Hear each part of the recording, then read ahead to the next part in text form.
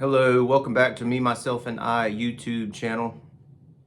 Hope you guys had a great holiday experience, and I hope for the more Aquarian inclined few of you, I hope you've had an experience. I know I have.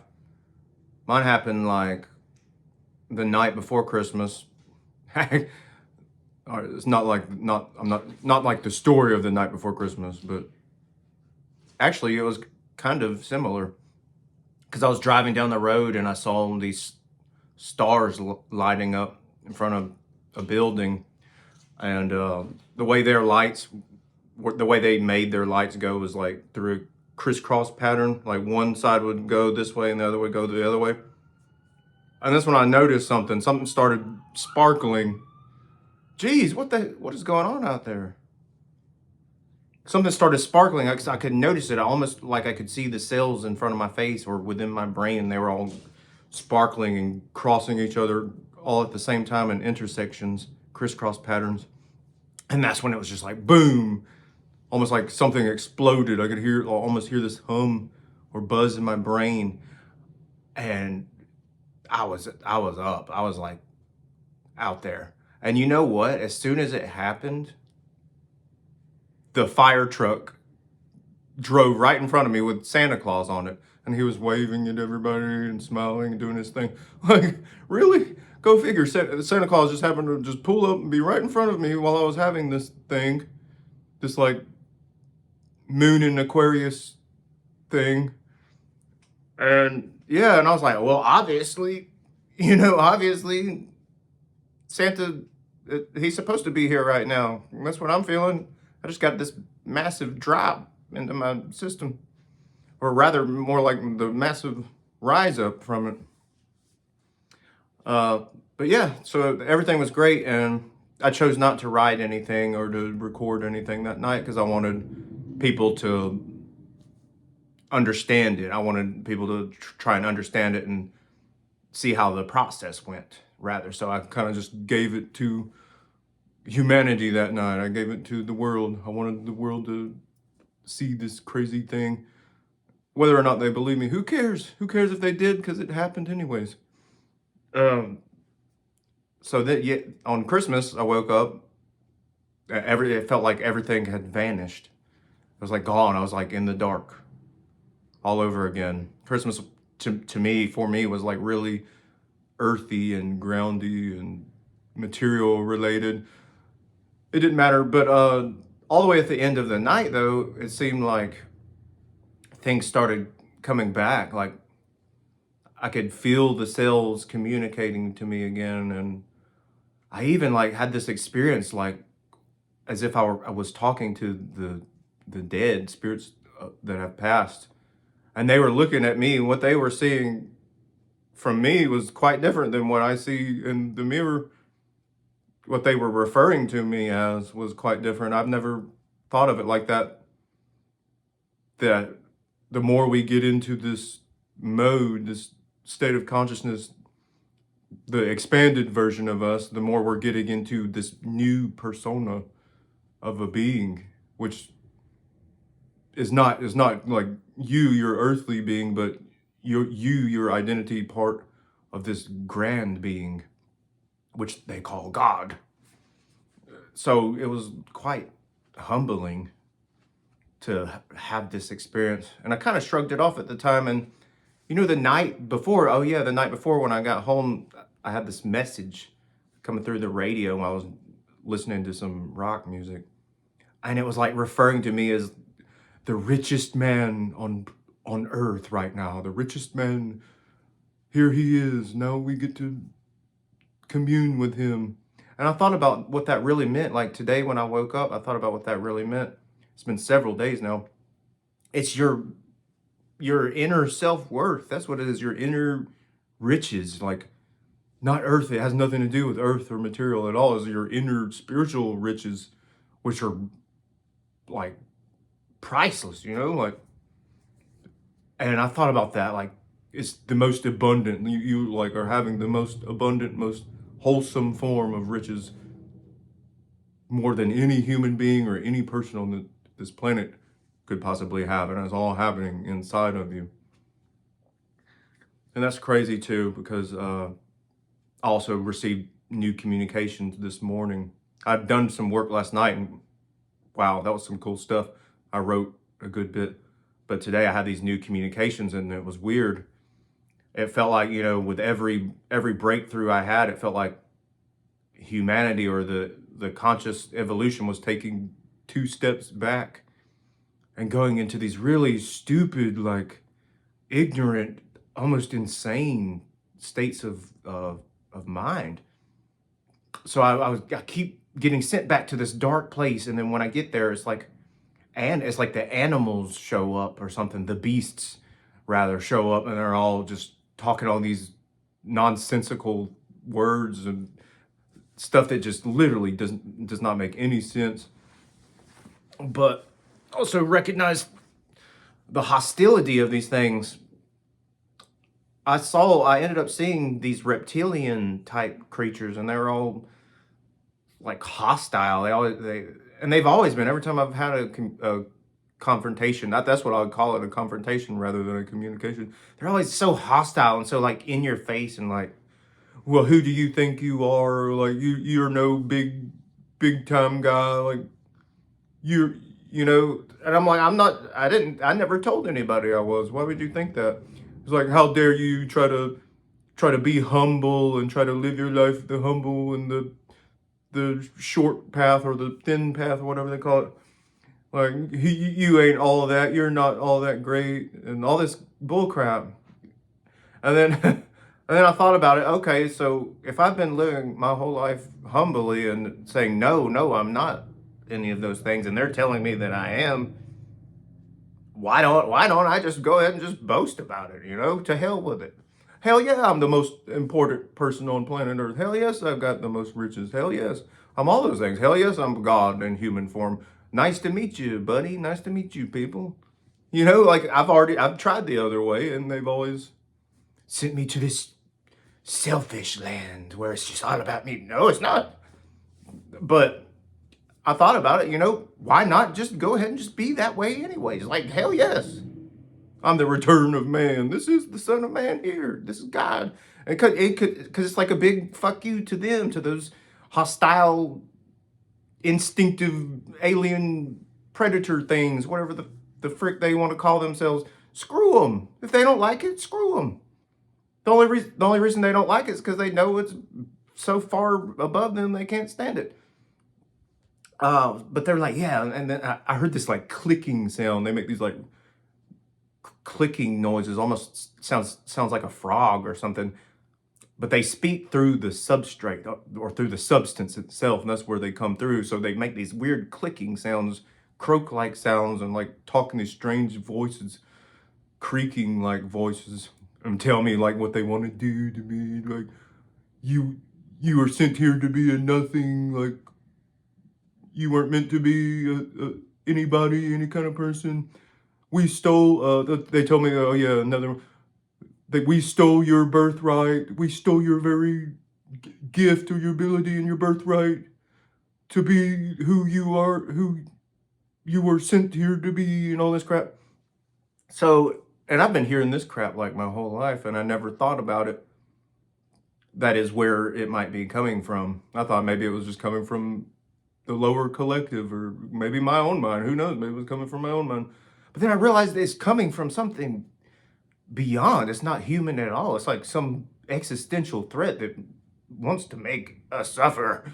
and I look back on a lifetime of all this crap of abuse, being abused when I was a kid, and my parents cheated on each other, and all my friends, it seemed like they fell into the same archetype of that same backstabbing Judas-like behavior that just repeats itself like time and time again. And I look back on my whole life and I was like, yeah, this is a thing. This is a pattern. Like, I could see the pattern finally. And it was all because these things were trying everything they could to thwart my destiny or ruin my path.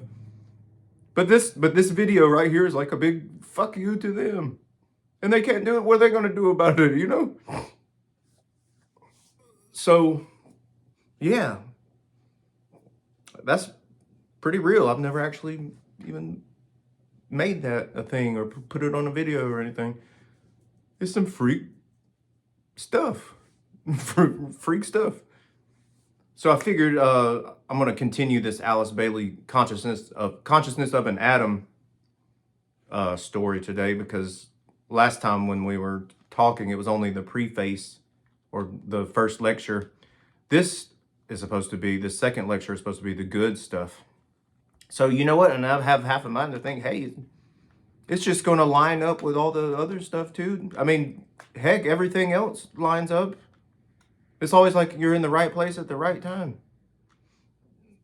So yeah, I'm going to be like looking at this in two different states of mind as we read. Okay, lecture 2 is the evolution of substance. Of substance, huh? It is obvious that in such a series of lectures as this, it would be impossible to deal adequately in any way with a stupendous subject, even were I equipped to lecture on such a fundamentally scientific matter. Again, if the conclusions of science were definite upon the evolution of matter, the topic would be, even then, too vast to handle, but they are not, and hence the further complicating of the subject. Therefore, I want to preface my remarks tonight by stating that my aim is to speak particularly for those who have no scientific training of any kind, and to give them a general concept of the usual accepted ideas. I seek then to make some suggestions which we may find helpful in adjusting our minds to this great problem of matter. Usually when the substance aspect of manifestation has been considered, it has been as a thing apart. And it is only lately that what I might call the psychology of matter is beginning to come before the mind of the public through the investigations and conclusions of the broader-minded scientists. You will remember that last week I endeavored, in a broad and general way, to point out to you that there were 3 lines of approach to the study of the material universe. There is the line which considers only the materialistic aspect and is occupied only with that which can be seen, which is tangible and which can be proven. Okay, that's where those beings come in, those instinctive, hostile beings. They only come from the materialistic perspective. And us being in Capricorn right now is the time of that materialism. So these things talking to me, they have no sense of spirituality or higher realm other than their own. They're, I guess you could call them archons if you want, the old Gnostic term. But yeah, so basically, yeah, they're like snake-like things, snake-like beasts, and just evil things. They know how to talk. They can communicate. They're not just animal or beast-like, but at the same time, they don't possess that otherworldly, like out of this universe type of consciousness or spirit. So thanks, Alice Bailey. That really lined up, and it didn't just line up with the talk or the video. It also lined up with the book I'm writing right now. As the first field of consciousness would be the material field, the lower one. Okay, so a second line in regard to substance and evolution. A second line is that of supernaturalism, which recognizes not so much the material side of things as that which is called divine. It deals with the life side and with the spirit aspect, viewing that life as a power extraneous to the solar system and to man, and positing that power as a great creative agent who creates and guides the objective universe and yet is outside of it. These 2 lines of thought can be seen upheld by the frankly materialistic scientist, the Orthodox Christian, and the deist of every faith. Okay, I guess I'll agree with that. I indicated next a third line of approach to the problem, and we called it the idealistic concept. It recognizes the material form, but sees also the life within it, and it posits a consciousness or intelligence which is evolving by means of that outer form. You will find, I think, that is the line which I shall emphasize and stress in these lectures. Okay. No speaker is able, after all, to dissociate himself entirely from his own point of view, and in these talks I have set myself the task of working along this third line, for to me it synthesizes the other 2 and adds certain concepts which produce a coherent whole when merged with the other 2. It is for you to decide if this third standpoint is logical, reasonable, and clear. Okay, so That sounds exactly like what I'm writing about right now. For me, in my work, or in my words, it's like the first side would be the purely animalistic consciousness. The second would be the move from animal to emotional, which most of humanity has remained in for the past 2,000 so years. While the third in my work would be the intellectual, intuitive, and constantly changing and evolving form um, of consciousness. That sounds like very similar to what she is saying. Um, the most common fact in life for all of us is that of the material world. That world which we can see and contact by means of the five senses, and which is called by the metaphysical thinkers the not self, or that which is objective to each one of us. As we all know, the work of the chemist is to reduce all known substances to their very simplest elements, and it was thought not long ago that this had been satisfactorily accomplished. The conclusions of the chemist placed the number of the known elements between 70 and 80. About 20 years ago, however, in 1898, a new element was discovered which was called radium, and this discovery entirely revolutionized the world's thought about matter and substance. If you will go to the textbooks of the last century, or search the old dictionaries seeking for the definition of the atom, for instance, you will usually find Newton quoted. He defined the atom as a hard, indivisible, ultimate particle, something which was incapable of further subdivision. This was considered to be the ultimate atom in the universe and was called by the scientists of the Victorian era the foundation stone of the universe.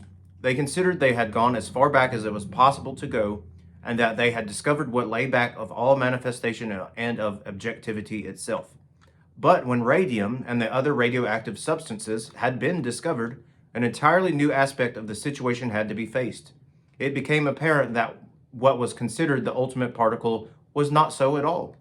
As you now have the definition of the atom, and I'm quoting from Standard Dictionary, the Standard Dictionary, it is: an atom is a center of force, a phase of electrical phenomena, a center of energy, active through its own internal makeup and giving off energy or heat or radiation.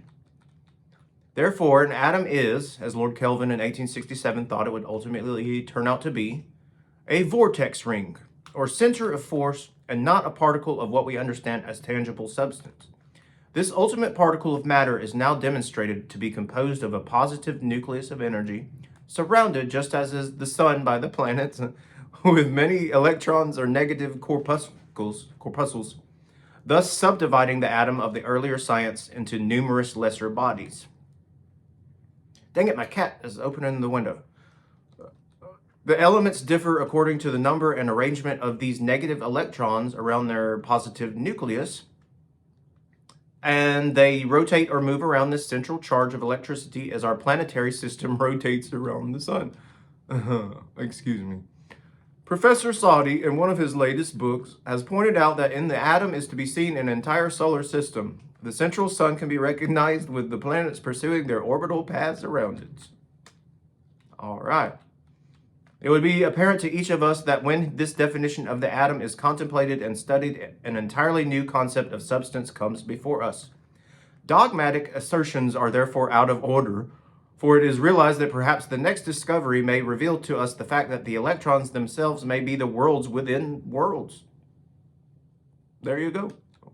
An interesting speculation along these lines is to be found in a book by one of our scientific thinkers, in which he suggests that we might be able to divide and subdivide the electron itself into what he calls psychons, and thus be led into realms which are not now considered physical. I'm sorry, psychons? That sounds like, what was I talking about? The archons? I guess you could call them archons. Well, she's like, well, I guess you could call them psychons if you want. Psychons, yeah, that's what they are to me. Psychons. You got that right. Thank you, other world spirit. Alice Bailey, Ascended Master. Okay, that may be only a dream, but the thing that I'm seeking to impress upon my mind and yours is that we scarcely know where we stand in scientific thought, any more than we know where we stand in the religious and economic world. Well, I just saw a cell light up right in front of my eye. Oh my goodness. It was humble too. It lit up down there under my field of view. Wow, that was beauty. Everything is passing through a period of transition. The old order changeth. The old ways of looking at things is proving false or inadequate. The old expressions of thought seem futile. Oh, now she's speaking in that like poetic, old, classical style. Love it. How funny. All that the wise man can do just now is to reserve his opinion, ascertain for himself what appeals to him as truth, and endeavor then to synthesize that particular aspect of universal truth with that aspect which has been accepted by his brother. Oh. The atom then can be predicated as resolving itself into electrons and can be expressed in terms of force or energy. When you have a center of energy or activity, you are involved in a dual concept. You have that which is the cause of movement or energy, and that which it energizes or actuates. This brings us directly into the field of psychology because energy or force is ever regarded as a quality, and where you have a quality, you are really considering the field of psychic phenomena. Wow, okay. I literally wrote about that in my last book. The electron is the great mover of energy, while the proton would otherwise be stagnant without that negative electromagnetic movement. I even wrote about Cain and Abel. Like, Abel would have just been a stagnant proton, if you will, had not Cain moved the situation and went out and you saw what happened. He went out and built the first kingdoms of earth. While Abel would have remained in the wild with his family, just eating berries in a loincloth or something. There are certain terms in use when considering substance which are continuously appearing and about which there is a wide diversity of definition. In looking over one scientific book last week, it was discouraging to find the author pointing out that the atom of the chemist, of the physicist, of the mathematician, and of the metaphysician were four totally different things. That is another reason why it is not possible to be dogmatic in dealing with these questions. Nevertheless, rightly or wrongly, I have a very definite hypothesis to put before you. When we talk about radium, we are, in all probability, venturing into the realm of etheric substance, the region of ether or of protyle. Protyle was a word coined by Sir William Crookes and is defined by him as follows. Protyle is a word analogous to protoplasm, to express the idea of the original primal matter before the evolution of the chemical elements. Wow. The word I have ventured to use for this purpose is compounded of a Greek word, earlier than, and the stuff of which things are made. So, okay. Wow. Is that the same as the anima mundi? That sounds similar.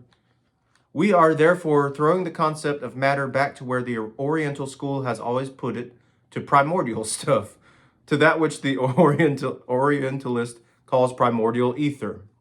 Though we must ever remember that the ether of science is many, many removes from the primordial ether of the Oriental occultist.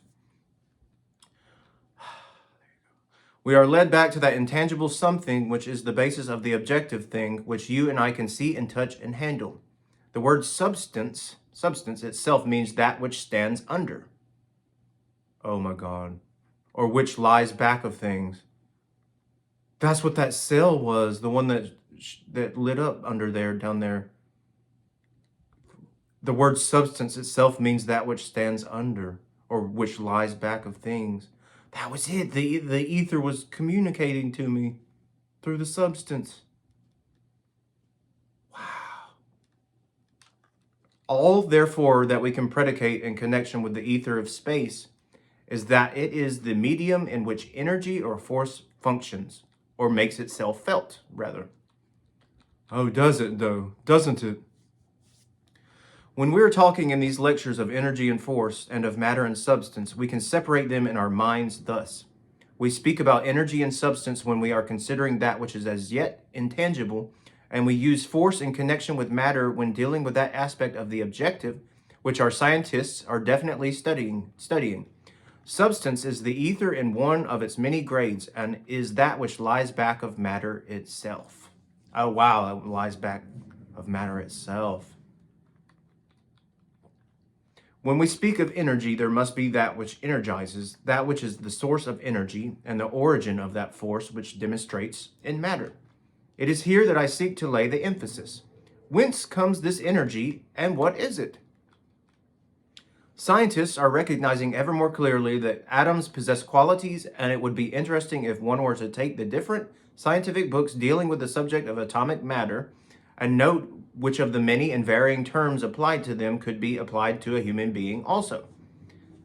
On a small scale, I've attempted this and found it very illuminating. Okay, so the correspondences between the two, right? Wow, that opens things up. First of all, as we know, the atom is spoken of as possessing energy and the power to change from one mode of activity to another. One writer has remarked that absolute intelligence thrills through every atom in the world. In this connection, I want to point out to you what Edison is reported by an interviewer as having said in Harper's Magazine for February 1890, and which is enlarged upon in the Scientific American for October 1920. In the earliest instance, he is quoted as follows: "I do not believe that matter is inert, acted upon by an outside force. To me, it seems that every atom is possessed by a certain amount of primitive intelligence. Look at the thousands of ways in which atoms of hydrogen combine with those of other elements, forming the most diverse substances. Do you mean to say that they do this without intelligence? Atoms in harmonious and useful relation assume beautiful or interesting shapes and colors, or give forth a pleasant perfume, as if expressing their satisfaction gathered together in certain forms. The atoms constitute animals of the lower order. Finally, they combine in man, who represents the total intelligence of all the atoms." Okay, would that be Brahma? The total intelligence? But where does this intelligence come from originally? Asked the interviewer.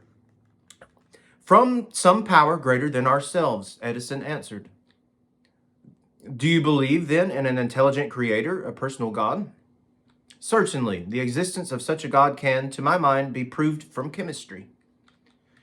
In the long interview quoted last year in the Scientific American, Edison laid down a number of most interesting surmises from which I have culled the following. 1. Life, like matter, is indestructible.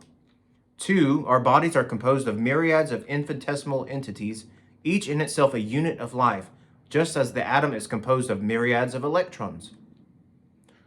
3. The human being acts as an assemblage rather than as a unit.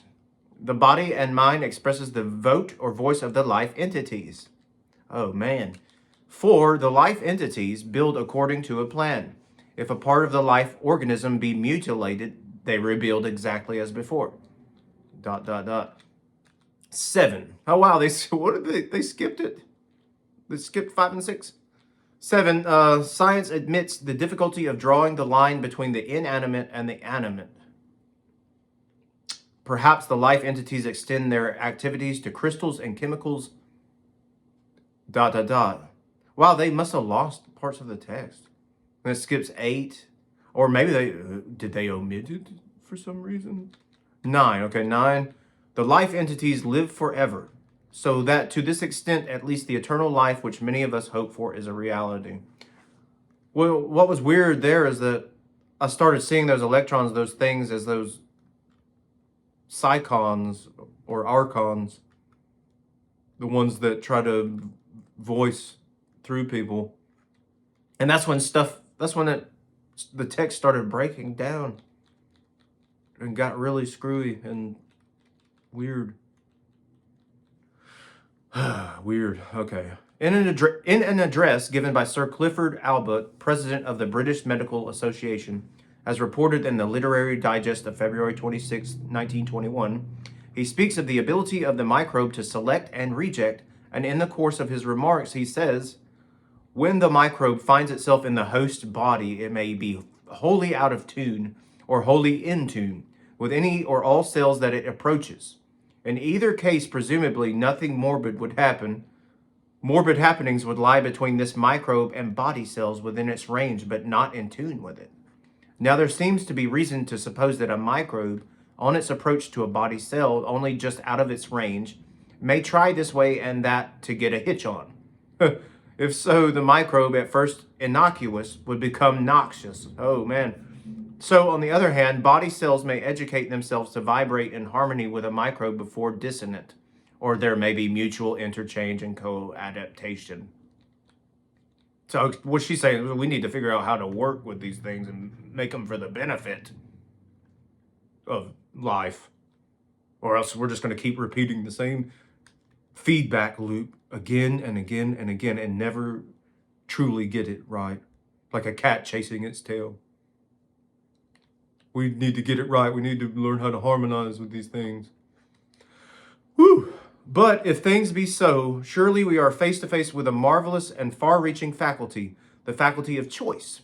And this rising from the utter bottom of biology to the summit, formative faculty, auto-determination, or if you please, mind. Wow, beautiful stuff. In the year 1895, Sir William Crookes, one of our greatest scientists, gave an interesting lecture before a body of chemists in Great Britain, in which he dealt with the ability of the atom to choose its own path, to reject and to select, and showed that natural selection can be traced in all forms of life, from the then ultimate atom up through all forms of being. In another scientific article, the atom is further accused of having sensation as well. The recent contest as to the nature of atoms, which we must regard as in some form or other the ultimate factors in all physical and chemical processes, seems to be capable of easiest solution by the conception that these very minute passes possess, as centers of force, a persistent soul, that every atom has sensation and power of movement. Or, I guess, free will, huh? Tyndall has likewise pointed out that even the very atoms themselves seem to be instinct with the desire for life. If you take these different qualities of the atom, energy, intelligence, ability to select and reject, to attract and repulse, sensation, movement, and desire, you have something which is very much like the psychology of a human being, only within a more limited radius and of a more circumscribed degree. Have we not, therefore, really got back to what might be termed the psyche of the atom? We have found that the atom is a living entity, rather, a little vibrant world, and that within its sphere of influence other little lives are to be found. And this very much in the same sense of as each of us is an entity or positive nucleus of force or life, holding within our sphere of influence other lesser lives, i.e. the cells of our body. What can be said of us can be said in degree of the atom. As above, so below, right? Let us extend our idea. I'm sorry, I had to learn a different way. It's not as above, so below. Is that which is below is made up of that which is above. That's a completely different statement. That means we're like moving in both directions at the same time, which leads to mitosis of cells and mitosis of the soul and creation of brand new centers of intelligence and of consciousness. And so the more we split, the more we expand and grow, the further our reach goes, until the point where we become the circle itself. We move away so far from the nucleus and the dot of singularity that we eventually become the circle around it itself, the whole, all beings lit up together, all cells lit up with photon energy, all at the same time as one whole living presence. Forget I said anything. Let us extend our idea of the atom a little further and touch upon what may be fundamentally the cause and hold the solution of the world problems. This concept of the atom as a positive demonstration of energy, holding within its range of activity its polar opposite, can be extended not only to every type of atom, but also to a human being. We can view each unit of the human family as a human atom. For in man, you have simply a larger atom. He is a center of positive force, holding within the periphery of his sphere of influence the cells of his body. He shows discrimination, intelligence, and energy. The difference lies but in degree. He is possessed of a wider consciousness and vibrates to a larger measure than the little atom of the chemist. We might extend the idea still further and consider a planet as an atom. Perhaps there is a life within the planet that holds the substance of the sphere and all forms of life upon it to itself as a coherent whole, and that has a specific extent of influence. This may sound like a wild speculation, yet judging from analogy, there may perhaps be within the planetary sphere an entity, she capitalized this, an entity whose consciousness is as far removed from that of man as the consciousness of man is from that of the atom of chemistry. Wow. This thought can again be carried still further, till it includes the atom of the solar system, rather. There, at the heart of the solar system, the sun, you have the positive center of energy, holding the planets within its sphere of influence. And then I guess Saturn would be its negative sphere of energy. I'm just going to throw that in there.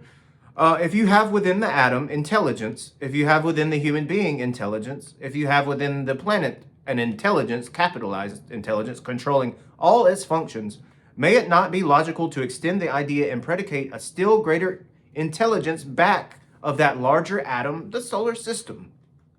Question mark.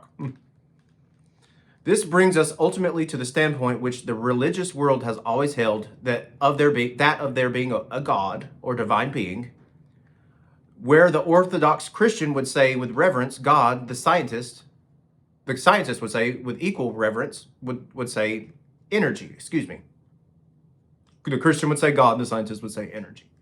Yet they would both mean the same. Where the idealistic teacher would speak of the God within the human form, others with equal accuracy would speak of the energizing faculty of man, which drives him into activity of a physical, emotional, or mental nature. Physical, emotional, or mental nature.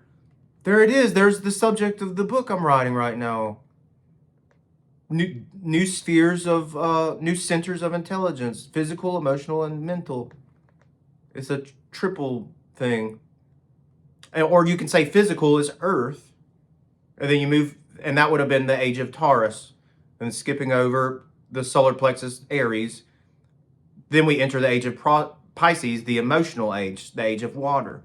And then from Pisces, we transition yet again right now, like as we're doing right now, into the Aquarian age, the mental nature. All three of them back to back like that. And then the mental,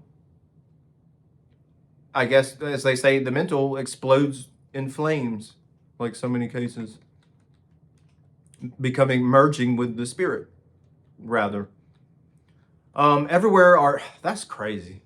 Everywhere are to be found centers of force, and the idea can be extended from such a force center as a chemical atom on and up through varying grades and groups of such intelligent centers to man, and thence to the life which is manifesting through the system. Thus is demonstrated a marvelous and synthesized whole. She says that a lot. St. Paul may have had something of this sort in mind when he spoke about the heavenly man. By the body of Christ, he surely means all those units in the human family who are held within his sphere of influence and who go to the constitution of his body, as the aggregate of physical cells form the physical body of the man. What is needed in these days of religious upheaval is that these fundamental truths of Christianity should be demonstrated to be scientific truths. We need to make religion scientific. I wonder what Blavatsky would think about that. That was really interesting. She used that aggregated concept a lot too. Actually, she used it like once while she spoke about like thousands upon thousands of different beautiful ideas. But that one time was good enough. She has that way. She'll like say one line and it'll mean like 1,000 different meanings all together in one. Potent, very potent.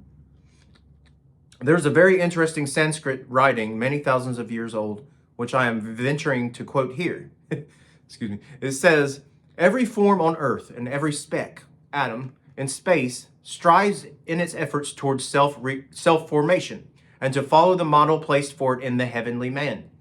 The involution and the evolution of the atom have all one and the same object, man. Do you note what a large hope this concept opens out before us? Not one atom of matter showing latent intelligence, discrimination, and selective power, but will, in the course of eons, reach that more advanced stage of consciousness which we call human.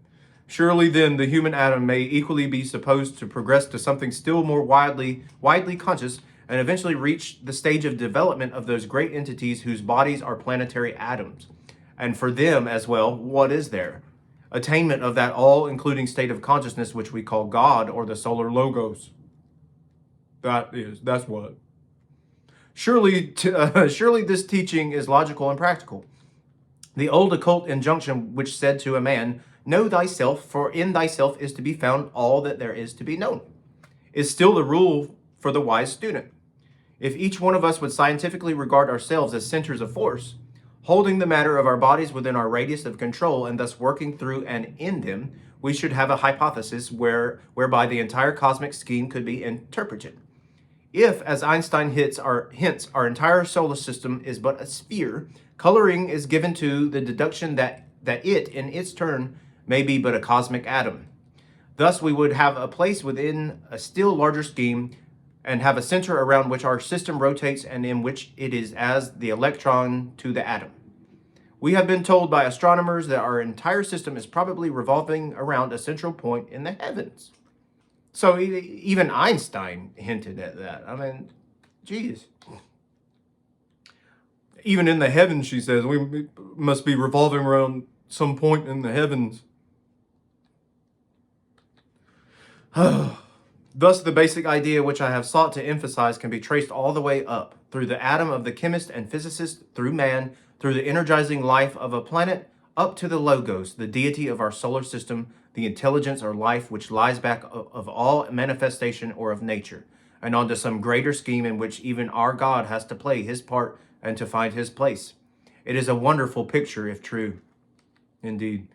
I cannot deal tonight with the different developments of this intelligence animating all atoms, but I should like for a moment to take up what is perhaps the method of their evolution, and this from the human standpoint, which concerns us most intimately, remembering ever that what is true of any one atom should be true in greater or less degree of all.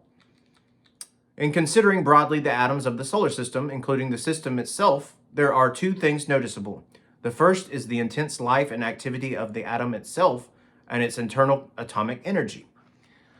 The second is its interaction with other atoms, repulsing some and attracting others. Perhaps then we may deduce from these facts that the method of evolution for every atom is due to two causes: the internal life of the atom itself and its interaction or intercourse with other atoms.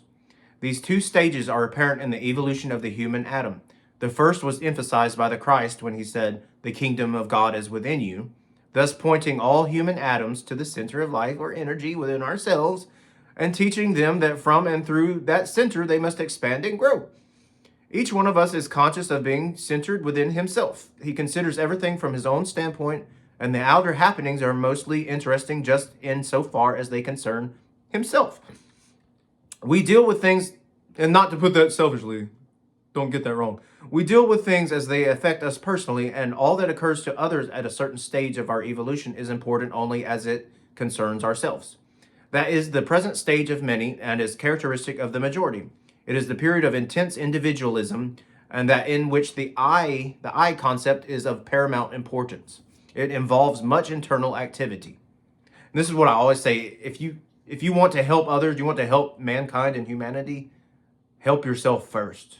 Be sure to help yourself first, because how could you help others if you haven't first shown yourself, your true self, the way? You couldn't be a beacon for others unless you have awakened that light beacon within. So get to know I first. The second way the human atom grows is through its interaction with all other atoms, and this is something which is only just beginning to dawn upon the human intelligence and to assume its just importance. We are only beginning to realize the relative significance of competition and of cooperation, and are on the verge of realizing that we cannot live our life selfishly and apart from the group in which we find a place. We are commencing to learn that if our brother is held back and is not making progress, and if the other human atoms are not vibrating as they should, every atom in the body corporate is affected. None of us will be complete until all other units have achieved their fullest and most complete development. How Bodhisattva. Next week I shall enlarge a little upon this when I take up the question of form building. I only seek tonight, in bringing this lecture to a conclusion, to bring to your consciousness an appreciation of the place we each hold in the general scheme, and to enable us to realize the importance of the interaction which goes on between all atoms. I seek to point out the necessity of finding for ourselves our place in the group to which we naturally belong, in which we are as the electrons to the positive charge, and are then proceeding to do our work within that larger atom, the group. This makes the entire hypothesis not merely a wild dream, but a practically useful ideal. If it is true that all the cells of our bodies, for instance, are the electrons which we hold coherently together, and if we are the energizing factor within the material form, it is of prime importance that we recognize the fact and deal rightly and scientifically with those forms and their atoms.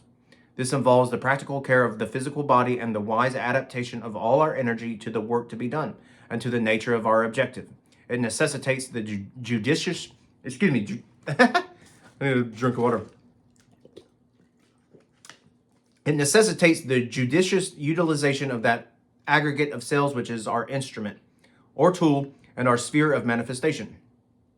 This is something of which we, as yet, know little. When this thought is developed and the human being is recognized as a force center, the attitude of people towards their work and mode of living will be fundamentally altered.